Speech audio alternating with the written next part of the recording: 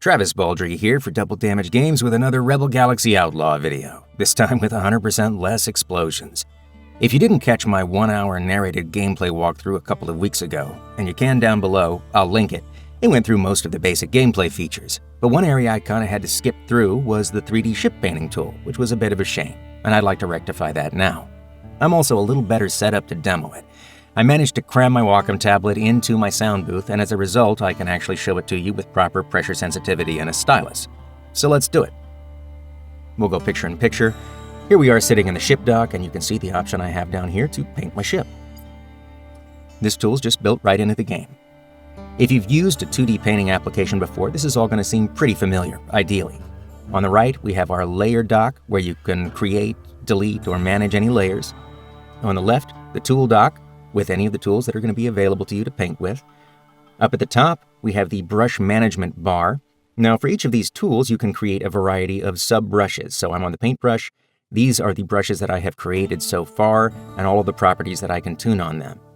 I can also set the size, the opacity, whether it responds to pen pressure, whether it's going to mirror paint, that is, paint symmetrically on both sides of the ship at the same time, and the blend mode, which is effectively how the pixels will interact with whatever they are painted on. Alright, so I want to run through these tools real quick and show you how they work. I've got the paintbrush selected now, and you can see here this ring is where it's going to paint. If I were to paint, that's where it's going to go. But you can also see that it kind of bends around the surface.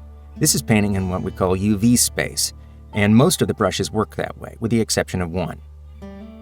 Next up, we have the pencil, which is basically a non-anti-aliased version of the paintbrush. It's going to have sharper edges. I don't know if you can see that here. These sharper edges around here. Next up is the airbrush, and the airbrush is effectively the same as the paintbrush, but it's a repository for you to store a separate set of brushes so that you can rapidly hotkey between them without having to go and fiddle around with a dock. Then we have the projection brush, which is a little special, and this is much closer to what you would see in something like Substance Painter. Now you note that the ring from my projection brush does not conform to the surface of the ship, and that's because it paints in screen space. It's kind of like if paint was ejected from the camera toward this target and only colored the things it encountered on the way. That's more or less how it works. But it also has an additional cool feature, which is the ability to use stencils in conjunction with it. So I can load up any images I like. I've got one right here. You know what, let's add one. We're gonna go ahead and pull up Bucky here. We'll select him. Once you have pulled up a stencil, you can scale it, rotate it, and otherwise move it around the screen. And I'm gonna rub this off onto the ship. So I'm using the click and drag on my stylus, or the right mouse button on the mouse, to orient my view. I can hold down the spacebar and drag to pan, or I can use the pan tool here. But I can also switch views here from the view drop down and use the hotkeys. So I want to rub this off on one side of the ship, so I'm going to hit the hotkey for that. And we're going to zoom in, get him where we want him. And what I can do is just paint over the stencil, and it'll rub right off onto the ship. I can also make this symmetrical by clicking on mirror paint and engaging that. Let's rub him off again. And now, when I head to the other side, you'll see that he has been symmetrically applied. Let's go ahead and hide him. I don't really want him on the fins there. I'm going to go ahead and undo that. And let's move on to the next tools that we've got in our toolbox. We've got undo and redo here, which obviously also have hotkeys. We've got the pan tool, which you can use to just drag around on the screen, or, like I said earlier, you can hold spacebar and drag, which is the easier way to get it done. A fill tool, the blur tool. Let's show you that real quick. I'll up my size a bit, and let's just blur this. And you can see that's softened that up on the edge. The sharpen tool, let's unsoften it. You can see it popping those highlights. Let's undo both of those. The clone tool. And with the clone tool, you'll hold Alt and choose your clone location, and this is where it's going to clone from. And then I can just start painting over here. And there it goes. Easy to use. Let's undo that. The eyedropper, if you're an old school Photoshop user, you're just going to hold Alt and do this. You can do it at any time, and you can see it picks the color that you select. The eraser, which will, if you're on a layer, erase a portion of the layer, but if you're on the base layer, it'll erase with your secondary color. I have white as my secondary color here. And the smudge tool, which does more or less what you expect it would do. Smudges. And all of these have the ability to make custom brushes. Now, I want to kind of fast track things a little bit, so I did a sketch ahead of time. I'm going to go ahead and add a layer, and I'm going to load that texture onto the layer. I just painted this in the tool and then exported it. And there he is on the left wing. Some little fireball dude. You'll have to forgive me, he's not that great. Now, your layers can all be managed independently. You can change their opacities. You can change their blend modes. We'll change some blend modes on these a little bit later. You can lock the alpha on them so that when you paint over them, it only paints on the currently opaque parts. And that's what we're going to do. I want to treat this little sketch as sort of like a blue pencil sketch. So I'm going to pick a blue color, and I've locked the alpha on that. And now if I paint, oops, I need to be painting with the actual paintbrush, not the smudge tool. You'll see that I just turn it blue. Now if I wanted to do this faster, I could just use the fill. Let's do that. And there we go. Nice blue pencil underdrawing. We're going to switch back to a normal brush. I'm going to hit my default color. And what I want to do is draw nicer inclines for him, while at the same time using mirror paint so that he shows up on this other wing. So let's do that. I'm going to scale my brush down using the square bracket hotkey, although you can use the slider up here. We'll zoom in a touch. Let's get him outlined. You know what? I'm going to go ahead and switch full onto the application so I don't have to worry about you seeing all the weird faces I make when I draw. You know what? Let's look at the properties on this real quick before we use it. I should show you a little bit about how this works. The brush engine is actually pretty darn powerful. You can see that there are various different properties that I can set on this, and all of them will be reflected in this stroke preview down below. I'm using kind of a very hard brush right now. If I were to change its softness, it'll soften those edges, and you can see it changed in the preview as I do it. Let's go to a slightly more complicated brush that can show that off a little bit better. This is a very cloudy, amorphous brush that scatters as it goes. Let's just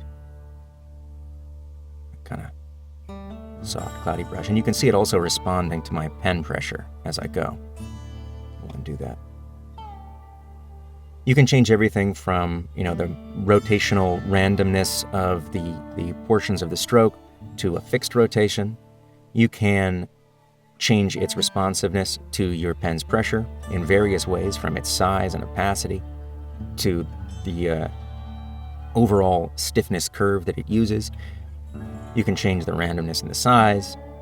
You can also do some neat stuff by using patterns. So I can turn on a pattern for this brush, and let's load up a pattern. We'll use this camouflage pattern, why not? Let's scale that pattern real small. And you'll see that I'm using a multiply blend to make that interact with the resulting stroke, so that if I paint with this, you're going to see that camo pattern punched through. Suffice to say, it's a pretty powerful brush engine. We're not going to be using its full extent here, but I do kind of want to show you how it works. You can also orient these brushes to your strokes, so I can show that easily by adding a custom brush. Let's add.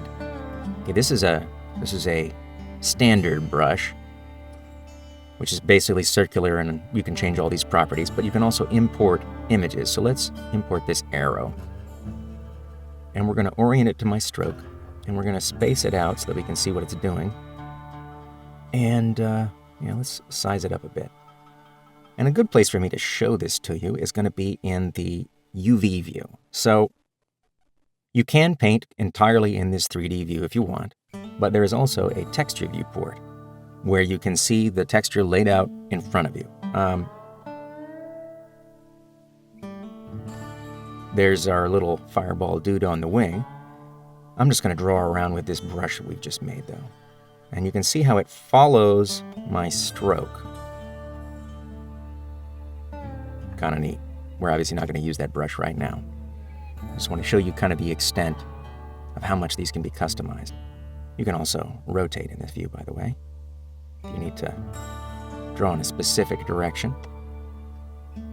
All right, we're going to reset that. Let's hide it. We'll go back to our 3D view and back to a top-down view so that we can get back to painting this guy. All right. We're going to go back to this standard hard brush we've got. I want this to be a little less stiff as I am painting this. Let's get that ink done.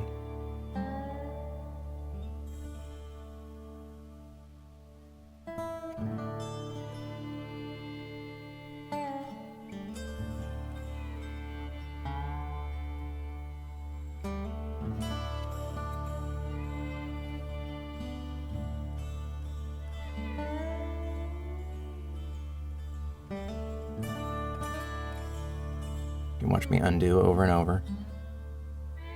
You can suffer through my terrible line work. I'm sure artists out there are just cringing. But I'm relying on all of you to do a better job eventually. In the meantime, I'm going to Bob Ross this as best I can. Now, because we are in 3D here, we can easily just rotate for these difficult under strokes, which always give me a problem.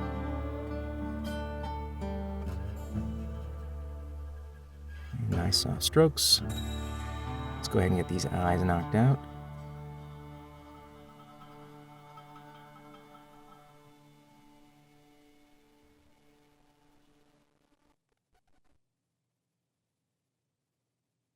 Now, if you already paint in Photoshop, ideally this is giving you a bit of deja vu because the brush behavior is very similar.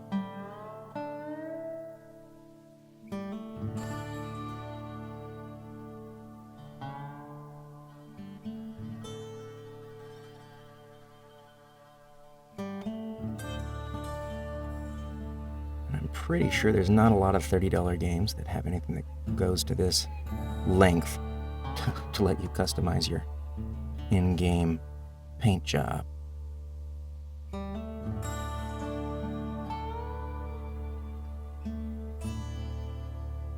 So originally this had been for another game prototype that I put together. We were going to do it immediately after the original Rebel Galaxy, but we decided to put it on hold for various reasons. But the 3D painting thing was just so cool that I thought I would cram it into Rebel Galaxy Outlaw as well. All right. So we have our rough ink, and now we can hide that blue pencil. I'm going to pop over to my eraser with a hotkey, do a little line cleanup. Some of these areas I don't like so much.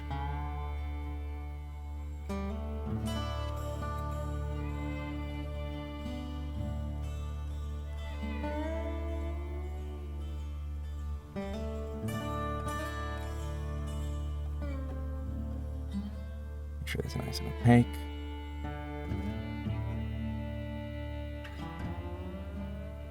And I want to boldify this a little bit. Actually, before I do, just nudge a little bit off of that. So I'm going to duplicate this layer, picking things up a bit, and then I'm going to merge it down. Yep, go ahead.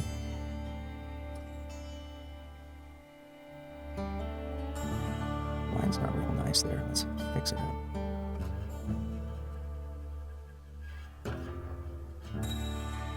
All right. Okay, now we have an ink layer. And because we've been mirror painting, when I zoom out, you're going to see it on both sides. So you can see the little projection there, this little circle, is appearing on both sides, showing where it's going to draw. Let's zoom back in here, and I'm going to throw away that blue pencil layer. I don't really need it anymore. And let's make a flatting layer so we can put in some color on this guy. I'm going to go ahead and pick a primary color, something suitably fire-like. I'm going to scale my brush up.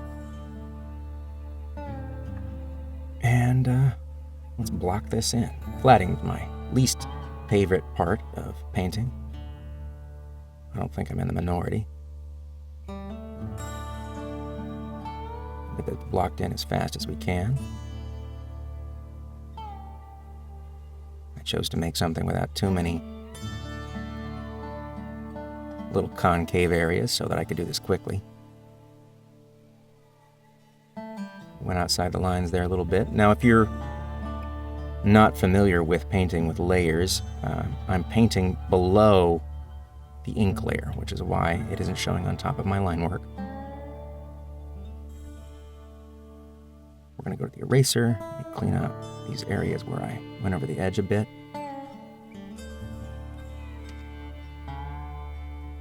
Shrink down a touch so I can get up into those corners. All right. I'm going to hit X and swap my primary colors and secondary colors so that I can use this white to get these eyes flatted in. Got some nice mellow guitar in the background here.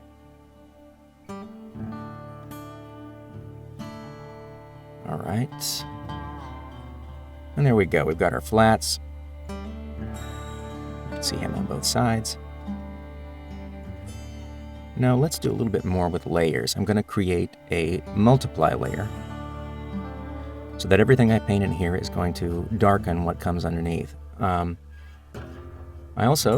Let's switch to the airbrush because I have this nice soft brush already. I want to basically sort of softly darken this.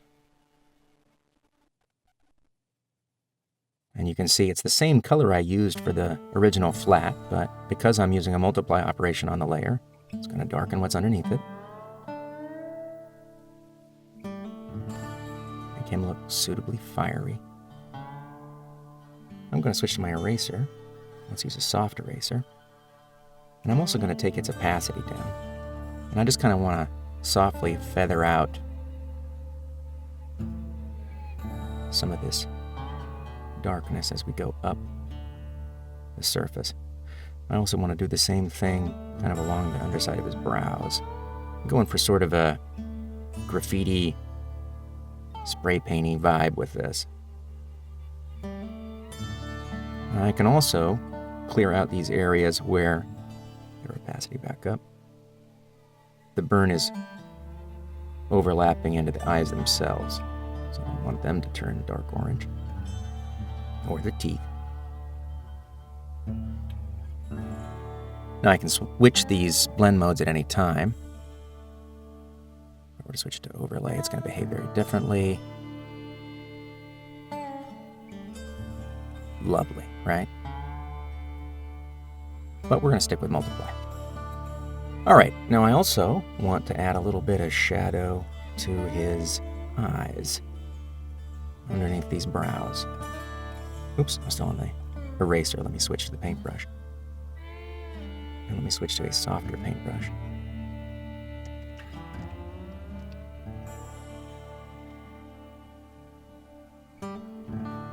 This is just not soft enough for me. I'll undo that.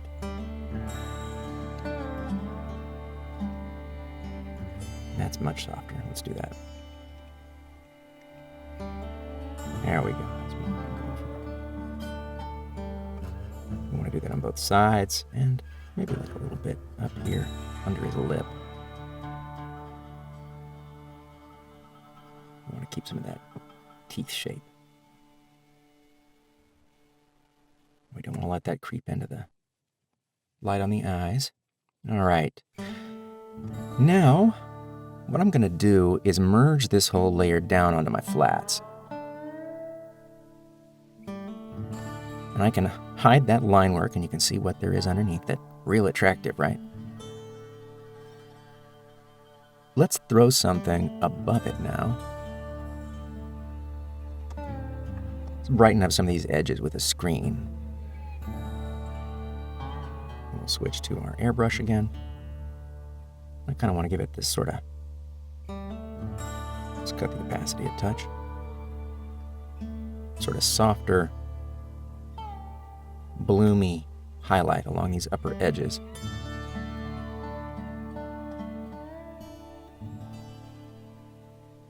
And also, again, that kind of spray painted graffiti look.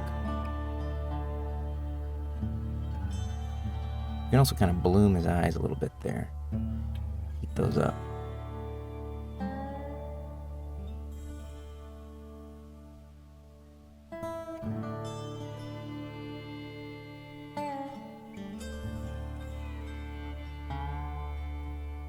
Sometimes I get those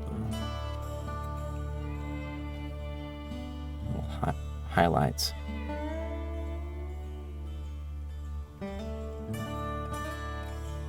It's not high art, folks, but I'm counting on you to do better.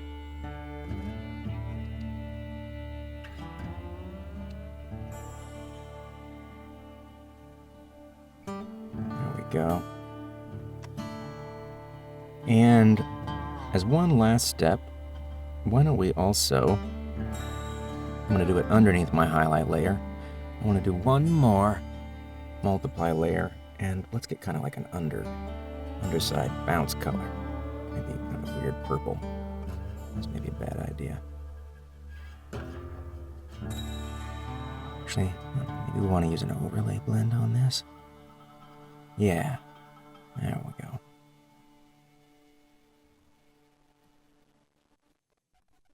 There we go.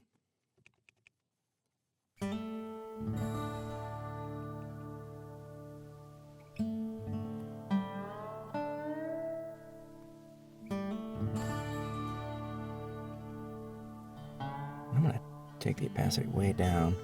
And let's just kind of rough some of that in overall down here.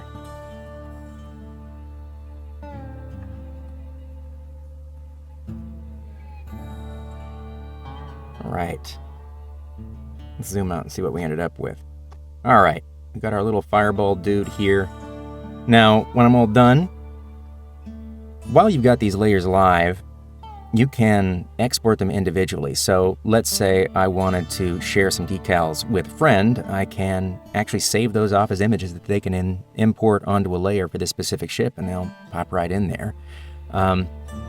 You can also export fully compiled textures if you want to mess with them later. You can, if you are an old hand at 3D art and you are used to doing Photoshop painting for unwrapped UVs, you can render a UV cage that you can then import over those textures to guide you in your painting if you don't want to use this tool for some reason. Let's go ahead. I'm going to go ahead and flatten the whole thing here.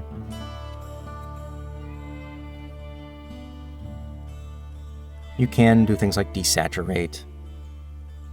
You can invert. Let's see, I've got one up here for invert, I think. Let's invert a layer. Yeah, really attractive, right? While you're in here, you can also mess with the lighting. You can change these here, or you can hold L and drag around to alter your light location. You can play with your ambient light if you want to see this full bright. You can also turn off any of the fancier effects if you really want to look at it nice and clean. You can turn off texture filtering if you don't want to see it with any of the live filtering. You can show those geometry edges if you really got to see them for some reason as part of your paint. You can remap all of the hotkeys in the tool, categorized by area. I'm not going to mess with that right now, but there's a lot of customization you can do if you have a workflow that you prefer. And yeah, when you're all done, as I showed in the previous video, you can save your textures and head back to the game. You can also choose to print the physical model, and it will upload this texture to FabZat, and you get a little slider, and you can choose what size you would like and get your custom paint job sent to you on a little printed model. Let's go ahead and save our textures. We're going to exit back into the game, and there's my paint job right there on the wings. And I think that pretty much covers it. Hopefully that gives you a pretty good idea of the depth of the tool and the kind of stuff that you can do. And after suffering through watching me paint for 10 minutes, you can take a nap. Thanks for watching, everybody. See you later.